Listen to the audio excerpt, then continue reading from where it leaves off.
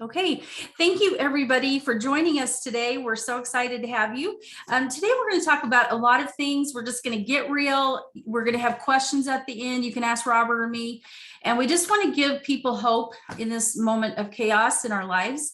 We want to talk about some ways to handle your stress and anxiety. And before we begin, I'd like to go ahead and give a little background on my guest, Robert Smith. He is the founder of Eutaptics. I had to put my glasses on, sorry. Start at the one I sent you. It's on here. Yep. Okay. So here we go. Robert Gene Smith is a behavioral engineer, neuroplastician, the founder of the creator of Eutaptics, FasterEFT, international trainer, and a feature speaker in the movie Emotion. Robert is an expert in his field and knows how to help people update their mind and create a better quality of life. Through the techniques developed with Eutaptics and FasterEFT, Robert has been able to help nearly over three decades people that have been having debilitating physical pain, severe emotional complexities, mental issues, including PTSD, OCD, ADD, ADHD, weight loss, grief, depression, anxiety, as well as being an expert in addictions. Robert has simplified the understanding of how the brain works and has it made it easy to understand how simple it can make life-changing techniques we're going to use to change the mind. And that's what we're going to talk about today, Robert. Very exciting. How can we really begin to address what's going on? Because I know for me, a lot of people have shared, that they're really stressed out about the current day events. And I think the basic problem that we all face is fear. Yeah, well, you have to understand, of course, I started a long time ago. If I were to consider my life at 15, I left home because home was not good. And I moved in with my grandmother because of stress and emotions. Even though when I grew up in the home, that was normal until I experienced going to my aunt and uncle's house for the summer and realized life can be peaceful. So when I went back home, I said, Mom, I don't want to live here anymore. I want something better. And she wouldn't let me go back to Louisiana, but she let me move with my grandmother. Well, the problem is from your life, our lives, our upbringing and what we personally experience taints our view of the world. And if you were born in an emotional, toxic world, you have a natural tendency to be scared and anxious, which means we have a tendency to replicate our emotions from our childhood today. So if you've had a lot of trauma, a lot of unhappy, unpleasant experiences, those experiences, even if you never go back and visit and think about them, they impact all decisions. And it doesn't matter if the boss walks in or if it's crazy stuff on TV or anything, your natural response will be built from what you've already experienced.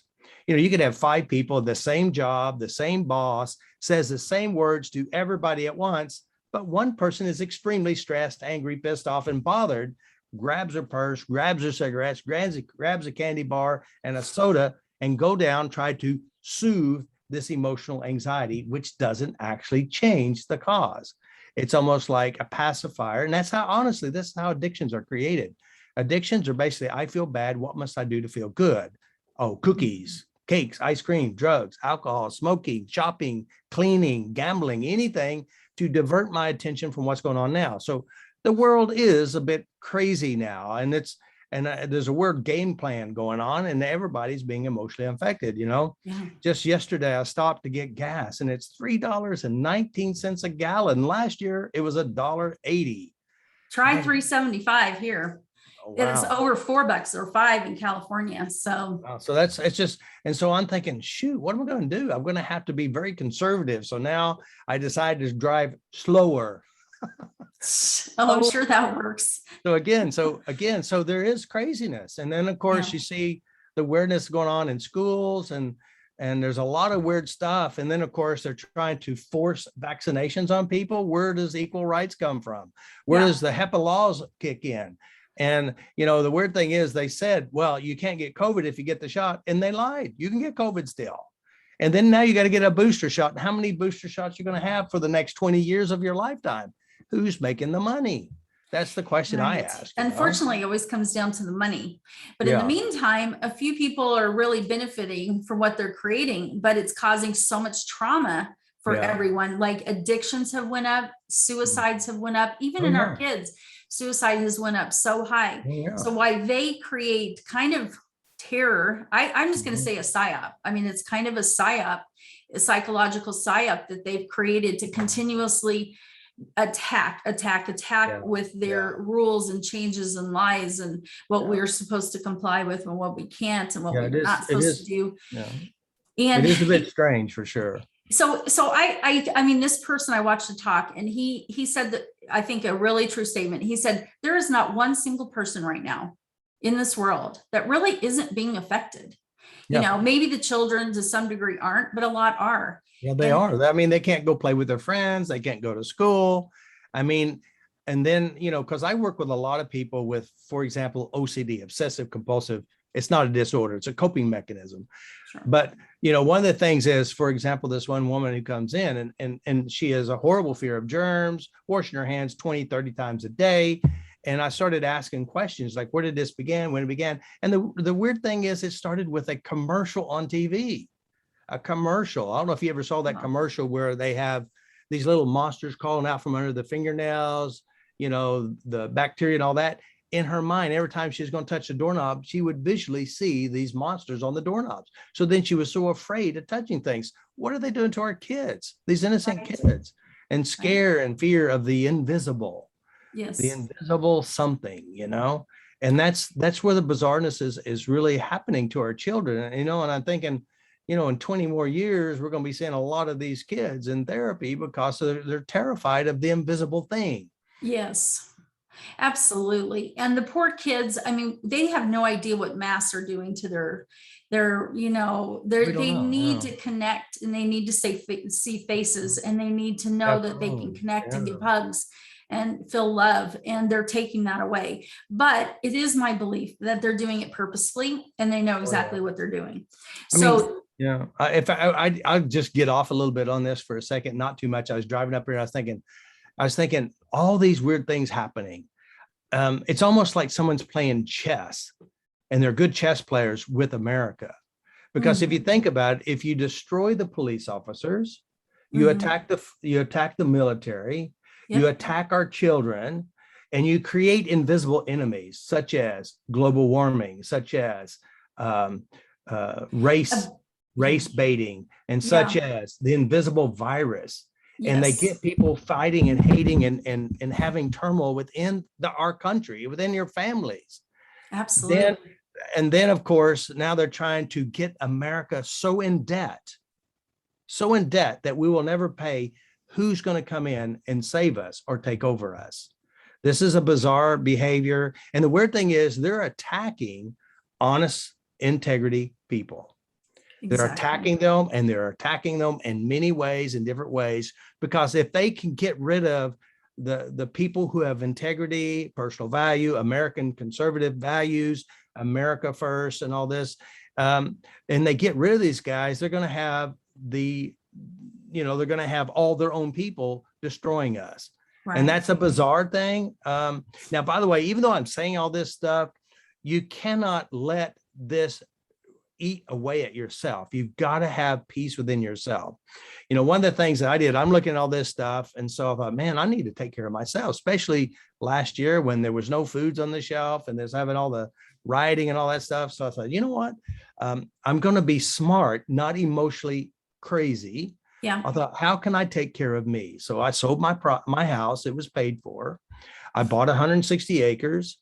I paid for everything. My house was paid for. Bought a mobile home, not a great one, but it had nothing on the property. It had no water, no electric, no sewage, no house. And so everything I'm doing is I'm paying for because I need to take care of me.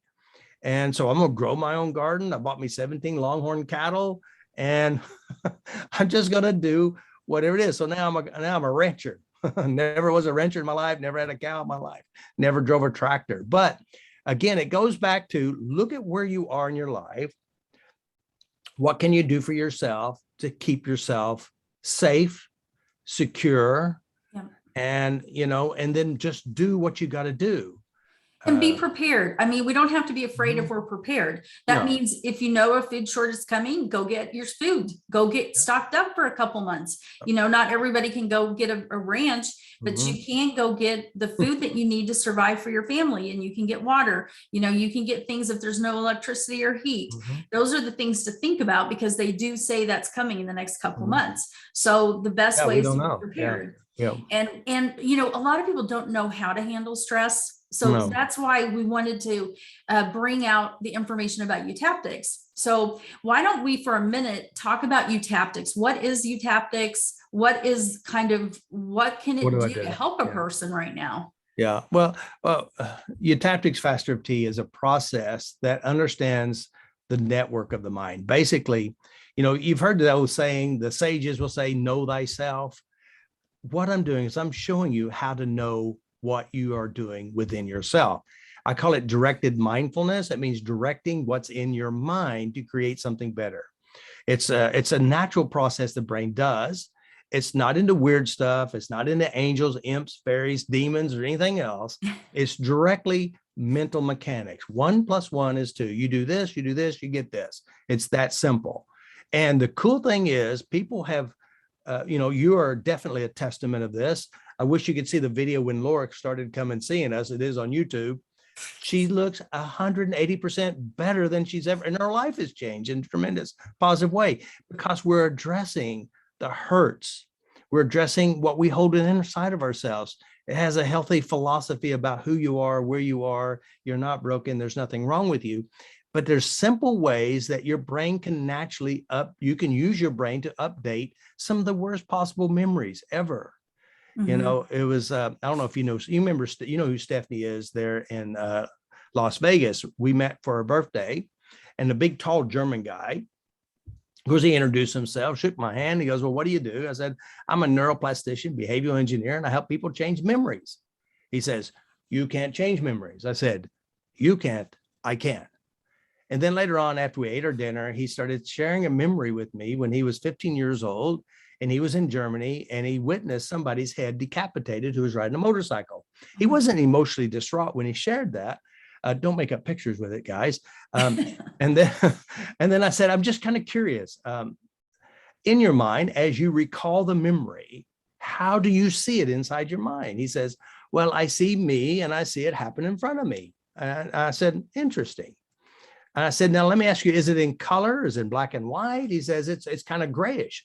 I said, okay, let me ask you something. Can you see me? He goes, yeah, I see you. I said, do you see you looking at me, or do you just see me? He says, I see you. I said, I don't know if you realize this, but your brain has already started making adjustments to the memory, because when you look at it inside your mind, you're watching it like it's on a movie screen, and you're not watching it or experiencing it like it originally happened. And was it at night? He said, no, it was in midday. He said, it's the colors have started to adjust, fade out from the memory. Therefore, it releases the emotional intensity. He goes, I'll get back to you. So he didn't even know his memories were already started to be adjusted. Now, by the way, this is probably 30, 40 years ago. We could do the worst possible memory, like what I did with Laura. She did. I was invited to a matrix and printer. She was there. She didn't even know why. She knew who I was. And obviously I sound like someone from Missouri or something, Oklahoma guy.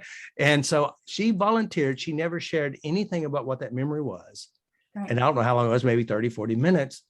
The memory had adjusted and changed where it doesn't bother. And I think even that true, even to this day. I think it was like in 2010. Yeah, so, maybe. And it still does not bother me at this moment at all.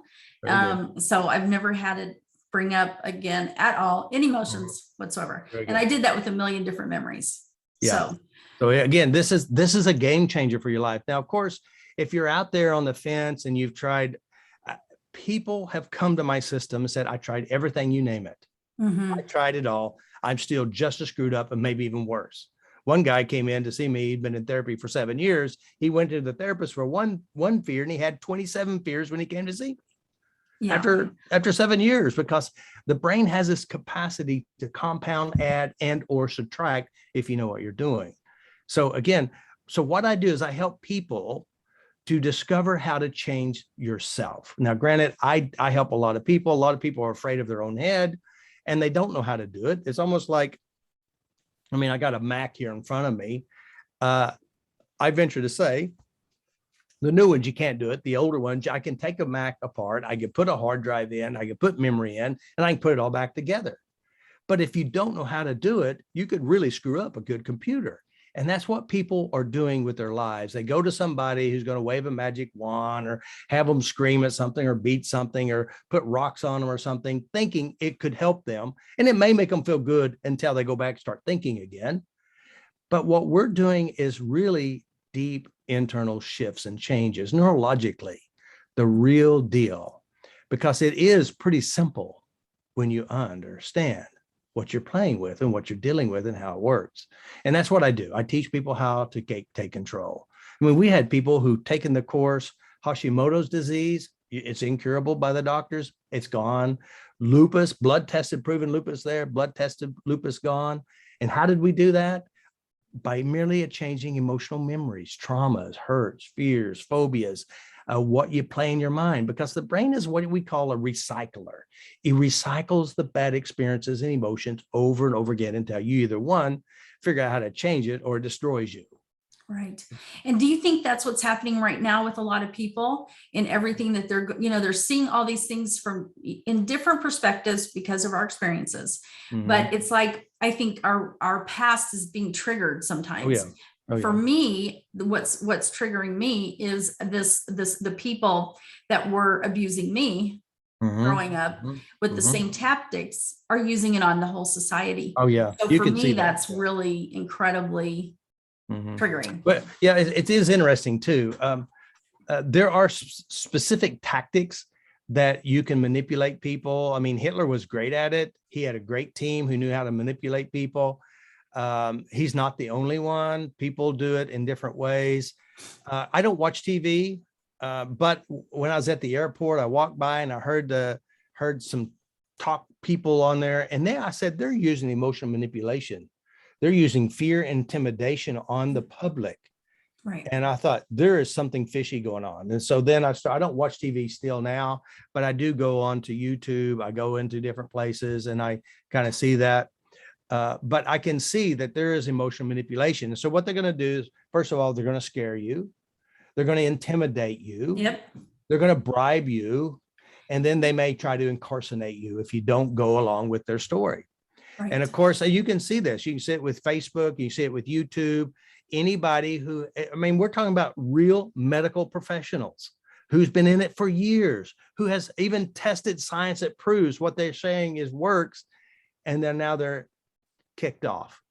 Yeah. There is a bizarre thing going on. But here's the deal, guys. For you personally, you got to own your emotions. You got to own how you respond to them. And you got to create your own smart plan, and do not spend time creating fears and worries. Do what you can to do what is healthy and right. You know what I'm saying? Just be really smart. So one of the things is knowing how to change your stressed reactions. And again, remember, stress is the body's reaction to perception. It means how you perceive it, how you translate it internally. And your perception is developed and built from your previous experiences, good, bad, and or ugly. So how you translate it is based on your internal references. And so if you have bad references, you're going to have a bad translation of the events going on. Granted, there are people who do bad things. Right. Are you going to let it destroy you, or are you going to make a decision to protect you? And there's two different parts. So one of the things is I teach people how to diffuse the stress reaction. And sometimes, granted, if you have abuses all your life and you have a lot of it, it's a little bit difficult, but you can do it one piece, one moment at a time. And that's what we're doing is learning how to take control of our thoughts, changing the unpleasantries in your mind. And as you change those, you adjust you and you create resilience and you'll live longer. So if you were to explain somebody, like if they wanted to just work with themselves and they're like, okay, I'm so stressed out of everything that's happening. What can they do to just work with themselves? They probably, sometimes we do need a therapist, but we don't always have the ability to have Right. one that practice, these kind of modalities. But how could we show them right. just like a way to handle just stress? It doesn't have, we don't have to work with a specific reason. Well, one of the things that I highly recommend, again, the know-how to adjust yourself and change yourself is worth $1 million health dollars. I mean, it'll extend your life. So one of the things I highly recommend, go watch my videos. I have free courses, take a course on how to do that. Secondly, I use a psychosensory process, basically as a tapping. Now, the reason why we use tapping, it's just touching. Also, we call a defractionation. Basically, when you have a problem and you're being triggered, you're going into what we would call a trance, an autonomic response built from your past. And so what you want to do is you want to come out of that. And so as you come out of that, you diffuse the emotions or the physical reactions, then you can operate with mental emotional clarity. Because when you're emotionally jacked up, anger, fear, hurt, etc., your references at that point in time are not what you call the best references. Therefore, you have a tendency, could make a bad decision that will not only cause you harm, but create more harm in your life later. So one of the things is I recommend learning how to relax yourself. Now, the tapping is really a relaxation process. All it does is relax you. It's a defrag. That means you notice, you go inside your body and you notice that you're tight, or you notice the pictures in your mind that you're using to scare yourself. You notice it. And then we would use tapping, and you just lift your head up. Don't think about anything about what you're thinking, and take a deep breath and come away from the stressor in your mind, in your body. Go think of a happy memory and feel good. So now you're changing your emotional state and you're feeling better. Then go back and visit the memory or the sensation in your body. Notice what's left. This is what we call you're going into the stressed trance reaction. So let me explain that real quick. So we're saying, okay, I just watched a video on YouTube, and they're talking totally about, we're going to be attacked in some way. We're all going to hell. We're going to be put in a camp, whatever it is. Okay. So my anxiety is at 10. So I'm going to sit here and I'm going to say, okay, from 0 to 10, how much does this bother me?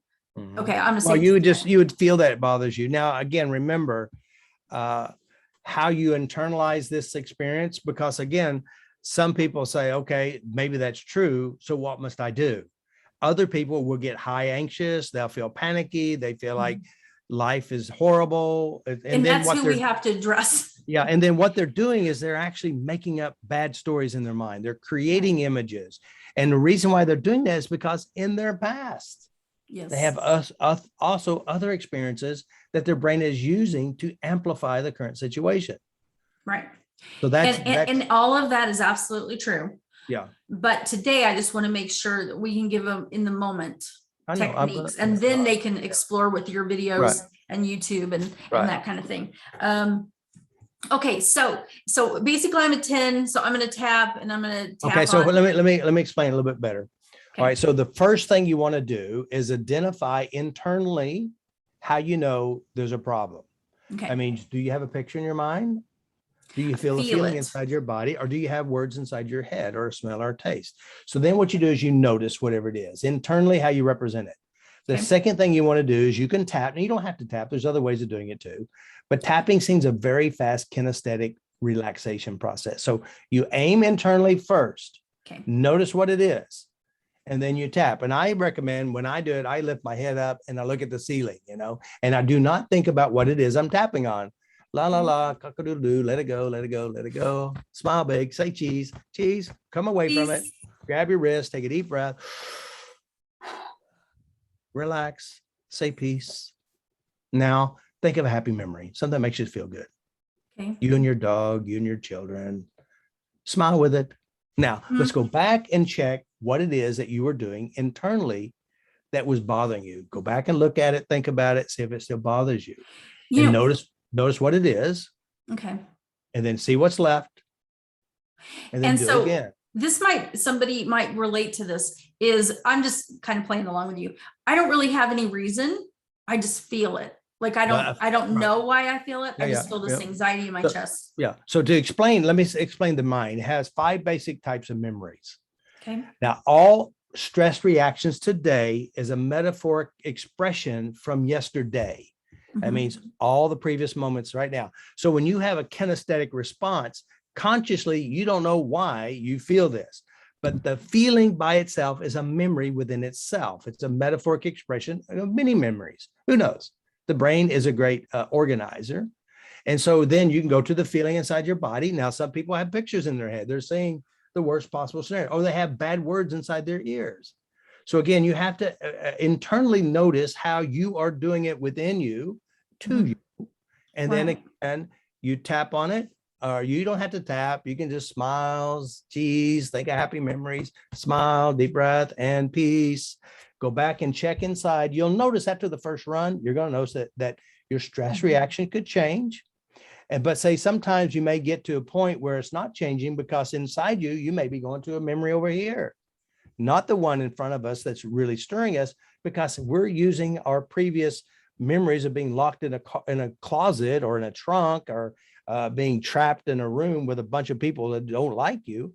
Then that will be stirring up your moments of stress reactions today, and you're projecting it into even the future, because you're recycling your own personal experiences. So again, you go in, you notice there's a kinesthetic feeling, feel the feeling. When you tap, do not think of it.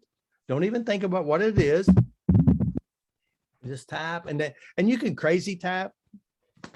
You tap all over. You can watch a happy movie. So it doesn't matter. No. The key to changing and adjusting memories is identify inside you. How do you know? Okay. Come out and away, do something that makes you feel good, and then go back and check it and see what's left. Notice Okay. what's left, do it again. Now, remember, the mind has many aspects within the cortices. I mean, the brain has, visual, auditory, kinesthetic, motor, all these different cortices in your mind. And sometimes there's many nuances. There could be a sound in your head. It could be the tone. It could be a specific words. It could be the facial expression. It could be a kinesthetic feeling, a tightness in your stomach, your chest, hot, cold, whatever. Mhm. This is how your limbic system is expressing what's written on the cortices to scare you today. So what we want to do is adjust how we internally represent this thing happening in front of us, and also adjust what happened yesterday. So that gives you real personal power. I call it directed Mhm. mindfulness. That means you're being very mindful and you're changing your mind right now. Right. You don't have to meditate 3 hours a day for 6 months and hopefully you'll get a change. You get a change in 10 minutes or less. Yeah, that's why I love it, because it's like we have a tool that we can use in the moment. We don't have to have anybody else to help us. We can work with our emotions. Now, if we have heavy, issues, we need to see somebody to help us. But I love this because right now we have things come up all the time, just that have nothing to do with our past. I mean, they do, but it's just being brought up to our minds because of what they're doing right now to kind of lock us down. And I think for that in itself is a real triggering thing, is being told you can't do things and your freedom's taken away. Yeah. So again, there's some bizarreness going on, and there's some weirdness going on. We all, I have a lot of people, as you know, come to my seminars from all around the world. They all speak different languages, but they have to speak English and understand English. Every one of these people have what you call an internal translator. They translate my words into their own understandings. They can translate their words into English. But we also have everyone has an internal translator. And what you're doing is you're translating what you experience from happening right now in front of you, and you internalize it, you transform it into your own meanings, and your own translations are built from yesterday's, all your experiences. So what you got to do to be healthier, wiser, to live longer, and to cope in a very productive way is changing internal references and adjusting now, how you respond now, make wise decisions, and keep moving forward. So Robert, do you feel that you would like to share anything, especially with the people that are listening today, that you particularly think would be helpful from kind of dealing with what we're dealing? Like what's going on now or what to do? Just a little bit about what's happening right now and how we can handle things a little bit better. Yeah. Well, one of the things I think is highly important is get involved with groups that are supporting American rights, getting rights of liberty. You can see that our constitutional rights are being violated. They're indoctrinating our children. They're hurting our children. Get involved with your schools. Get involved with doing the right thing. Also find a community of people that may bond together and work together to protect each other, whatever that means for you. Because again, there is a revolution will be happening. There is something that happened in our world. What is occurring is in violation to many rights of us. And we've got to do something that's going to be healthy. The most important thing, guys, do not be driven by fear, but be driven by passion, determination, and do what you know is right for us, the world, and your own survival. So I think a lot of people, they save money for a rainy day. I think you need to start saving money, food, whatever it is, for a rainy day. We're not saying that something bad's going to happen. We don't know, but it doesn't look like it won't happen. I don't know. We don't know what's going to happen. I kept thinking that somebody's going to come back and then straighten up this mess, and it hasn't happened yet. I think we're learning that it's going to be up to us that takes charge and changes things in our world. And my view is that I think God is allowing these things to go on to wake us up to what's really happening. And are we going to make a choice? There was one person that I really appreciated what he had to say. He said, I believe that people are finding their purpose in this moment. Like they may have never found their purpose if some of the things that are not going on right now. And people are standing up, finding courage they did not know they had. They're willing to do things they never thought they could do. And that to me is, I think that's what we're all supposed to do, is all reach out and do anything we can to make something better. It might be small, but we can all do something to make our world better and to stand up for what's right. And I feel like it's really our responsibility. But I also know, because I felt many of this times and time again, of the things that the last 18 months has really triggered me in a great many things. Because if we understand, like anything, like you were saying, sometimes if we can understand maybe why we feel a certain way or where it's coming from, in my mind, there's a little bit of peace in that. Because I knew growing up, things were wrong, but I didn't understand what it was. And it wasn't until I started remembering things and I started to find the pieces. And then it was like, well, yeah, that is traumatic on one hand, but on the other hand, it was like, oh my gosh, now things make sense. Like I can make sense of what has happened to me. And for me, that was really incredibly important, because I blocked everything out. Well, I mean, I know for you, there's a lot of bad things that happen. I mean, your story, you've shared the story publicly. But just like the woman I worked with, she had really bizarre suicidal behaviors, want to kill herself. She had obsessive compulsive behaviors. She had no idea why. And then we did a session and we opened up Pandora's box, and she thought, oh my God, how did I not know this? It was so blatant, so horrible, horrific, but her brain figured out a way to push it way back. And then even though now she understood why she was suicidal, it didn't change the problem. It just gave her a reason and understanding. Okay, I'm screwed up, but it doesn't mean it unscrews you by knowing what happened. You have to neurologically go make adjustments in those memories. And release the emotional pain of it. Because emotional pain and internal references, yes. And I think that's what it did for me, is because I had went to therapy for 20 years, spent all this money, and I remembered a lot, but I still had all the emotional pain. And so things did not change until I started to get rid of that. Yeah. And so that's what I think FasterEFT and Eutaptics did for me, is I was able to release the emotional pain. And once I did that, that's when my whole world changed. Yeah. So I think it's a little bit of both.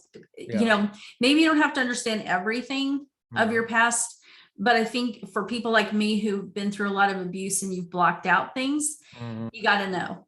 You know, like Yeah, some people I say, mean, well, it's I good don't to want to know. know, but Yeah. I don't believe that is, I don't think that's whole. I don't think you No. become whole that way. I think some, like there was a pair of sisters who both raped and nearly killed. They both were shot, but they both lived through it. One of the sisters had full memories of what happened, and she was in a mental institution. The other one had no memory of what happened, and she wasn't in a mental institution. So the brain has this capacity to help understand, but it also has another capacity to tuck it away so you don't go crazy. Yeah. And again, when I'm dealing with people who have obsessive compulsive behavior or paranoid schizophrenia or severe physical abuses in relationships, they have full awareness. It didn't solve it, but they just built on top of it. So there is a kindness to not knowing, but knowing doesn't necessarily means it changes it unless you go update the memories and references. And so it's very important to make sure that whatever you do, you clean up whatever is revealed. And remember, if it's in you, it's in you. If it's stored in your mind, it's inside you. No matter how much you drink, no matter how much you run, how much you gamble, how much drugs or alcohol or smoking, or how much you work, you take it with you. But once you make peace with what's in there and adjust it to where it doesn't seem real anymore. And the fact is, today is real. Yesterday isn't real anymore. But the brain has captured across the cortices the information. When you go make peace and update and change the information, it sets you free to be even more creative and a more powerful you. And that's really what we're after, is to empower you.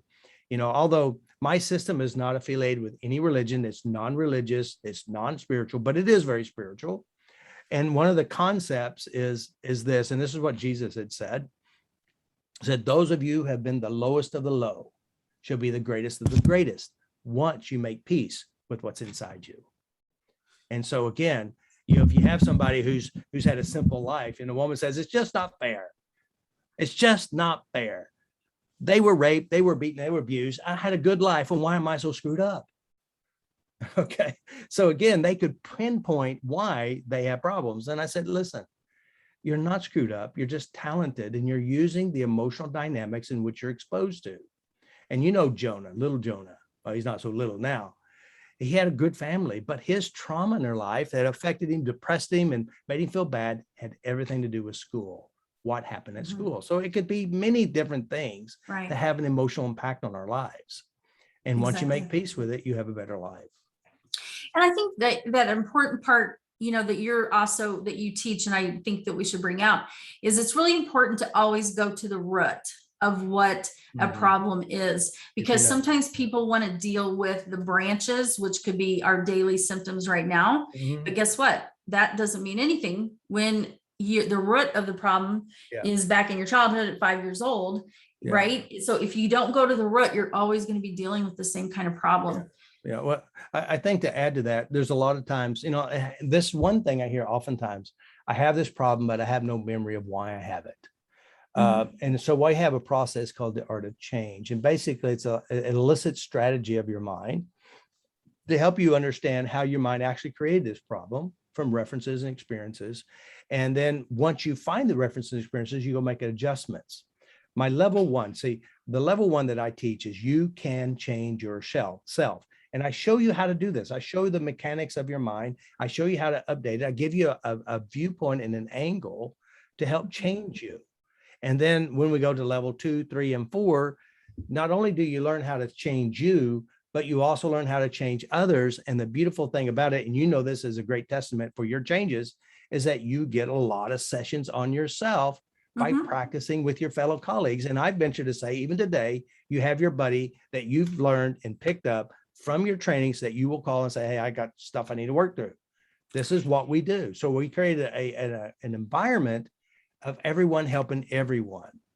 And that means we all know, everyone knows on the planet that we have unpleasant experiences. We have behaviors we don't like. We have things we'd like to overcome.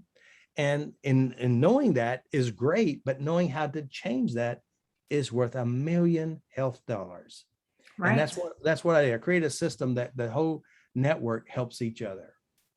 And that way you grow and change. And then and I always say, my philosophy for myself is I'm changing the world one person at a time, starting with me and touching and affecting everyone I meet. That's my philosophy. That's my viewpoint. And I think you should have that too. Learn to help you.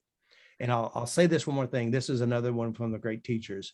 He says, you'll love your neighbor as you love yourself, as you love yourself. You will despise your neighbor as you despise yourself. You will hate your father as you hate yourself. You will hate your ex-husband as you hate yourself. Because remember, it's coming from within you. Clean it up, change it up, create a better life for you. And I love that you say that, but I'm going to be a little stinker and say, what do you mean by clean it up? Even though I know what you mean, you're talking to me. I know what you mean, but like if I've never met you before, what does he mean clean it up? I don't know what that means. Okay, so clean up means go to the memories.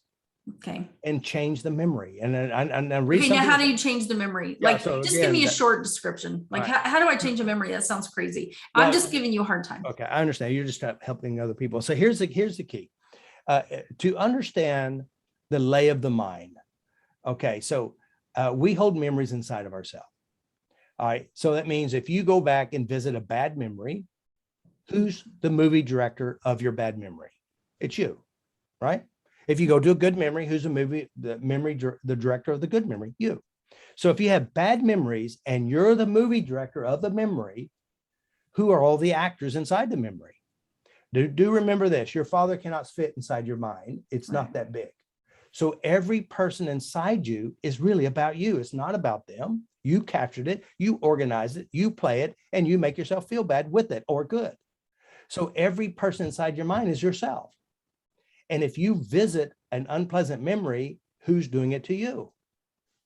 You. All right, so understanding this, so that means, yes, we know it happened. It's over. You're not 5 years old. You're not 7 years old. You're today. So we use these references inside of ourselves to torment ourselves. And of course, if Laura, if you go to one of your abusers and say, I forgive you, I forgive you, I forgive you, and they say, go screw yourself. I hate you. All right. So now what are you going to do? You try to forgive them. They won't forgive you. You won't set you free.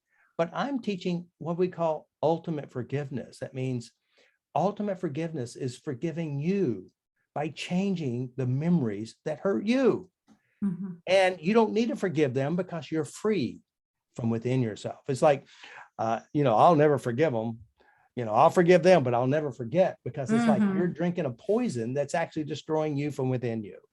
And then you'll pick relationships that mirror your father, your mother, or you see the world events like your childhood. So you've got to learn how to make peace with yourself, and make peace with yourself is changing everything that's unpleasant within yourself. And as you do that, you emotionally evolve, spiritually evolve, become more empowered, because your value is yours, not other people. And I'd like to comment on your forgiveness point. Is I hear a lot of people, like, especially in church, and they say, oh, I forgive you, because we're commanded to forgive, right? But I gave a talk in church recently, and I said how important it is to understand that if you do not process and heal what's inside of you, it is impossible to forgive. And if you say you forgive, you are not telling the truth, because you have not forgiven, because that pain is still in your heart. And you can say it all day long, but it doesn't make it true. And true forgiveness comes from the heart, just like you said, but you have to work through and process. So for me, if you have a hurt that you can't forgive somebody, it's not the first step, but it is the last step when you've processed and healed. And in this area, using Eutaptics, you can truly release what happened, so you can feel forgiveness automatically. And that's what I think is so important, that because we all have people we need to forgive, but we can't do it right off the bat. Can I pause you for a second? You don't need to forgive anybody. You need to let it go from inside you. You're the ones holding unforgiveness. You're the one who's drinking the poison, thinking them. You need to forget. You need to let it go from you. Well, right. That's what I mean. We're saying the same thing. Yeah, I know, but it almost sounds like you got to go forgive them. You got to change what you hold against them, which is really against yourself. Right.